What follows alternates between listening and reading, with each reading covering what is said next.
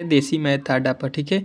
यहाँ पे हम लोग देखने वाले हैं साइंस का जो है मोस्ट वीवीआई मॉडल सेट, जो कि आपका सीधा पेपर में पूछने वाला है, उसी से रिलेटेड, ठीक है। ये मॉडल सेट तीसरा है, ठीक है। यदि हमारे चैनल पे पहली बार आए हैं तो प्लीज़ चैनल को सब्सक्राइब करें और वीडियो को लाइक करें, ठीक है। इसका जो है पार्ट 1 और पार्ट 2 दो मॉडल सेट हम लोगों ने कंप्लीट कर लिया है। इसको देखना चाहते हैं यदि आप, प्लेलिस्ट बना हुआ है हमारे चैनल पर, जाकर वहाँ पर देख सकते हैं क्लास 10th साइंस का, ठीक है, ऑब्जेक्टिव क्वेश्चन का, ठीक है। ये भारतीय भवन का जो है बहुत ही इंपॉर्टेंट बुक है, जिसमें से हर बार पेपर में पूछा जाता है प्रश्न, उसी का मॉडल सेट हम लोग कंप्लीट करने वाले हैं, ठीक है। तो चलिए स्टार्ट करते हैं वीडियो को और देखते हैं, ठीक है।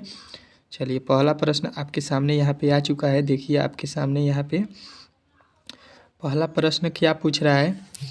आपका पहला प्रश्न यहाँ पे कह रहा है कि पहला प्रश्न आपका यहाँ पे क्या बोल रहा है। देखिए, लेंसों में मुख्य फोकस की संख्या कितनी होती है, ठीक है। तो लेंसों में मुख्य फोकस की संख्या आपको याद होगा कि हमने पढ़ाया है कि 2 होता है, ठीक है। मुख्य फोकसों की संख्या कितनी होती है, तो 2 होती है, ठीक है। चलिए अगला प्रश्न देखिए दूसरा, समतल दर्पण द्वारा बना प्रतिबिंब सदा कैसा होता है, ये बताना है आपको कि समतल दर्पण द्वारा बना जो है प्रतिबिंब कैसा होता है। तो आपको बताना है आभासी और सीधा होता है, ठीक है। चलिए अगला प्रश्न देखिए आपके सामने आ चुका है तीसरा, आँख व्यवहार होता है, आँख का व्यवहार जो है कैसा होता है, ये आपसे पूछा गया है। तो आँख का व्यवहार उत्तल लेंस के जैसा होता है, जो कि ऑप्शन नंबर बी में दिया गया है, ठीक है। पूरा वीडियो को अंत तक देखिएगा, ठीक है। पूरे वीडियो को अंत तक देखिएगा, तभी जो है आपके ये सारे प्रश्न जो है कंप्लीट होंगे, ठीक है। तो प्लीज़ वीडियो को अंत तक देखिए और एक बार शेयर अपने दोस्तों के पास ज़रूर कर दीजिएगा। स्पेक्ट्रम प्राप्त करने के लिए किसका उपयोग होता है। स्पेक्ट्रम जो है प्राप्त करने के लिए आप किसका उपयोग करते हैं, तो आपको याद रखना है प्रिज्म का, ठीक है। प्रिज्म जो है आपका सीधा राइट आंसर है। चलिए अगला प्रश्न देखिए, रेटिना पर किसी वस्तु का उल्टा तथा वास्तविक प्रतिबिंब किसके द्वारा बनता है। तो ये किसके द्वारा बनता है, तो आपको याद रखना है आम नेत्र लेंस द्वारा, ठीक है, आम्र नेत्र लेंस द्वारा, ठीक है। चलिए अगला प्रश्न देखिए आपके सामने आ चुका है, एक विद्युत बल्ब पर रेटिंग है 220 वोल्ट और 100 वाट, इसके फिलामेंट का प्रतिरोध होगा, उसका फिलामेंट का जो है प्रतिरोध जब निकालिएगा तो कितना आ जाएगा 444 ओम, ठीक है। चलिए अगला प्रश्न देखिए आपके सामने यहाँ पे आ चुका है। आपका प्रश्न कह रहा है सातवां, अच्छे से देखिएगा, विभवांतर मापने वाले यंत्र को कहा जाता है। ये वीवीआई प्रश्न है, ये 100% आपका प्रश्न पूछने वाला है इस बार, ठीक है। तो विभवांतर मापता है उसको हम लोग क्या बोलते हैं, ये आपसे पूछा गया है, ठीक है। तो विभवांतर मापने वाले को हम लोग याद रखेंगे कि उसको बोलते हैं वोल्ट मीटर, ठीक है। विभवांतर को किससे मापते हैं, तो वोल्ट मीटर से, ठीक है। चलिए अगला प्रश्न देखिए, ए मीटर को विद्युत परिपथ में कैसे जोड़ा जाता है। तो ए मीटर को विद्युत परिपथ में कैसे जोड़ा जाता है, तो श्रेणी क्रम में हम लोग जोड़ते हैं ए मीटर को विद्युत परिपथ में, ये आपको याद रखना है किसमें, ए मीटर को श्रेणी क्रम में जोड़ते हैं। चलिए अगला प्रश्न देखिए आपके सामने आ चुका है, विद्युत मोटर परिवर्तित करता है, विद्युत मोटर जो है किसको किस में परिवर्तित करता है। तो विद्युत मोटर जो होता है आपको याद रखना है कि विद्युत ऊर्जा को यांत्रिक ऊर्जा में परिवर्तित करता है, ठीक है। ऑप्शन नंबर बी लगाना है। चलिए अगला प्रश्न देखिए आपके सामने यहाँ पे आ चुका है, विद्युत फ्यूज बचाता है, विद्युत फ्यूज जो है किसको बचाता है। तो विद्युत फ्यूज जो है हम लोग घरों में लगाते हैं कि लघुपथ में बहने वाली उच्च धारा के खतरे से, ठीक है।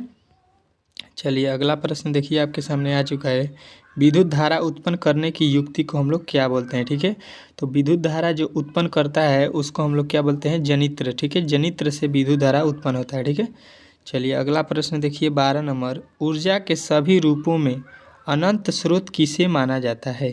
तो ऊर्जा के सभी स्रोतों में अनंत माना जाता है हम लोग सूर्य को, ठीक है, सूर्य को मानते हैं, ठीक है। तो ऑप्शन नंबर सी जो है आपको लगाना है, ठीक है। चलिए अगला प्रश्न देखिए 13, पवन चक्की में उपयोग ऊर्जा प्राप्त करने के लिए पवन का न्यूनतम वेग होता है, कितना न्यूनतम में वेग होता है पवन का, ये आपको बताना है। तो आपको याद रखना 15 किलोमीटर प्रति घंटा, ठीक है। चलिए अगला प्रश्न देखिए 14, CaCO3 को जब हम लोग रिएक्शन कराएंगे तो CaO CO2 का उपयोग अभिक्रिया के किस प्रकार की है। तो देखिए यहाँ पर एक से मिल के 2 बन रहा है, यानी कि ये जो हो रहा है वियोजन हो रहा है, ठीक है। वियोजन को बोलते हैं हम लोग अपघटन, ठीक है, अपघटन अभिक्रिया हो रहा है, ठीक है।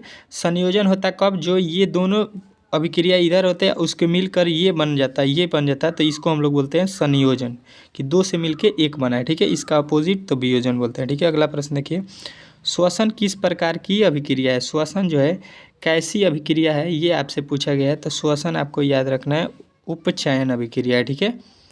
चलिए अगला प्रश्न देखिए, आपके सामने आ चुका है 16 नंबर। लेड नाइट्रेट चूर्ण को एक परख नली में लेकर गर्म करने पर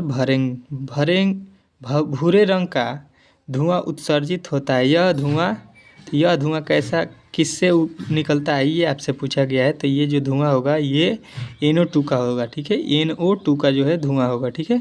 चलिए अगला प्रश्न देख लीजिए, आपके सामने आ चुका है यहाँ पे 17 नंबर।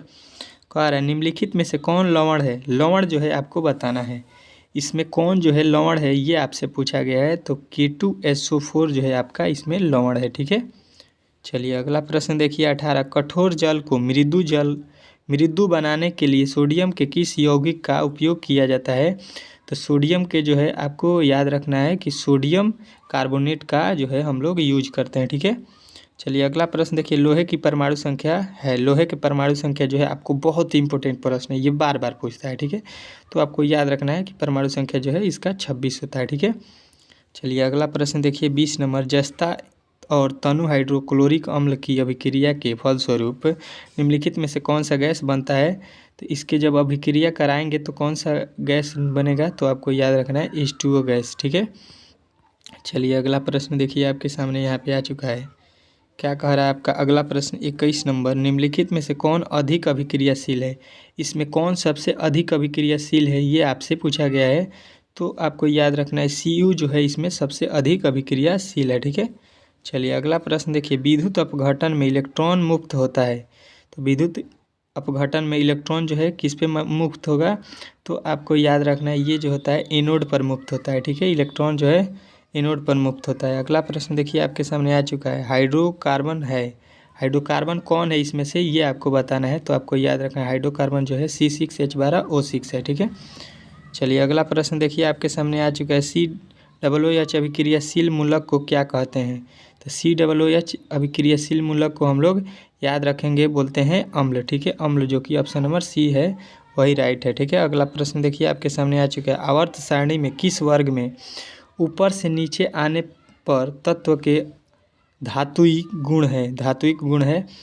तो आपको याद रखना है कि बढ़ता है, ठीक है। चलिए अगला प्रश्न देखिए, आपके सामने यहाँ पे आ चुका है। आपका अगला प्रश्न 26 नंबर क्या कह रहा है देखिए।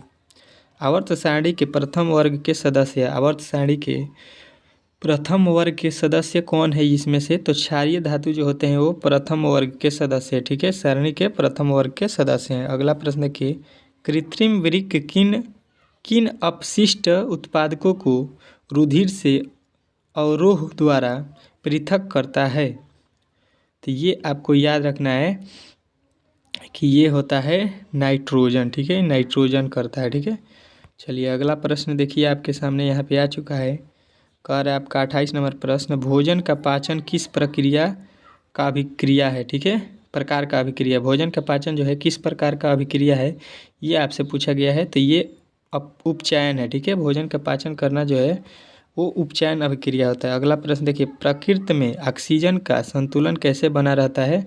तो प्रकृति में ऑक्सीजन का संतुलन जो है आपको याद रखना है प्रकाश संश्लेषण के द्वारा जो है बना रहता है, ठीक है। केवल आप प्रश्नों को सुनेंगे तो हम जो है आपको याद करा देंगे। डेंगू उत्पन्न करने वाला मच्छर किस तरह के जल में रहता है? डेंगू उत्पन्न करने वाला जो है मच्छर आपको याद रखना है कि साफ जल में उत्पन्न होता है, वो साफ जल में रहता है, ठीक है। चलिए अगला प्रश्न देखिए, आपके सामने आ चुका है। पादप हार्मोन का उदाहरण है, पादप हार्मोन का उदाहरण कौन है इसमें से, ये आपको बताना है। तो ऑक्सिन जो है वो पादप हार्मोन का उदाहरण है, ठीक है। अगला प्रश्न देखिए, कह रहा है निम्नलिखित में से कौन हार्मोन कोशिका दीर्घन एवं विभाजन में मदद करता है? तो आपको याद रखना है ये जो होता है ऑक्सीजन, जिबरेलिन, साइटोकाइलिन, ये सभी होते हैं। तो ऑप्शन नंबर D लगाइएगा, ठीक है। चलिए अगला प्रश्न देखिए, बहुत ही इंपॉर्टेंट प्रश्न है। तंत्रिका कोशिका क्या कहलाती है? तो तंत्रिका कोशिका जो है आपको याद रखना है कि न्यूरॉन कहलाती है, ठीक है। तंत्रिका कोशिका क्या कहलाती है? तो न्यूरॉन कहलाती है, ठीक है। चलिए अगला प्रश्न देखिए आपके सामने आ चुका है। अंडाणु निषेचित होता है, अंडाणु निषेचित होता है तो आपको याद रखना है अंडाशय में, ठीक है। ऑप्शन नंबर डी जो है आपका राइट हो जाएगा।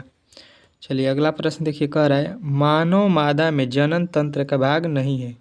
मानव मादा में जनन तंत्र का भाग कौन नहीं है, तो आपको याद रखना है शुक्रवाहिका, शुक्रवाहिका नहीं है, ठीक है। चलिए अगला प्रश्न देखिए आपके सामने आ चुका है। शुक्राणु बनता है, शुक्राणु बनता है कहाँ बनता है, तो आपको याद रखना है वृक्क में, वृषण में, ठीक है। चलिए अगला प्रश्न देखिए आपके सामने आ चुका है। पुस्तक द ओरिजिनल ऑफ स्पीशल किसके द्वारा लिखा गया है, तो ये आपको याद रखना है चार्ल्स डार्विन के नाम से, डार्विन ने लिखा है, चार्ल्स डार्विन ने। ओजोन परत पाई जाती है, ओजोन परत जो है कहाँ पाई जाती है, तो आपको याद रखना है स्ट्रोस्फियर में, स्ट्रोस्फियर में, ठीक है। चलिए अगला प्रश्न देखिए आपके सामने यहाँ पे आ चुका है। निम्न में से कौन एक जैविक प्रक्रम द्वारा अपघटित होने वाला पदार्थ है, तो आपको याद रखना है ये जो है सूखे घास पत्ते हैं, ठीक है। चलिए अगला प्रश्न देखिए आपके सामने यहाँ पे आ चुका है। 40 निम्नलिखित में से कौन एक भूमिगत जल का उदाहरण है, तो इसमें कौन भूमिगत जल का उदाहरण है, तो आपको याद रखना है कुआं जो है भूमिगत जल का उदाहरण है, ठीक है। यहाँ पे टोटल प्रश्नों की संख्या हम लोगों ने 40 ठो कंप्लीट कर लिया है, 1 से लेकर 40 तक, ठीक है। अब यहाँ से इस सेट में टोटल प्रश्नों की संख्या होती है 80, ठीक है।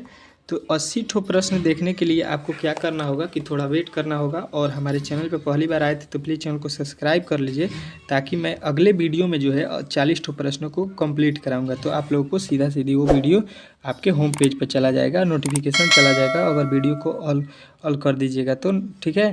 तो ये काम कर लीजिए, मैं उस वीडियो को बहुत जल्द अपलोड करूँगा इसके पार्ट 2 का। तो चलिए मिलते हैं अगले वीडियो में, तब तक के लिए जय हिंद।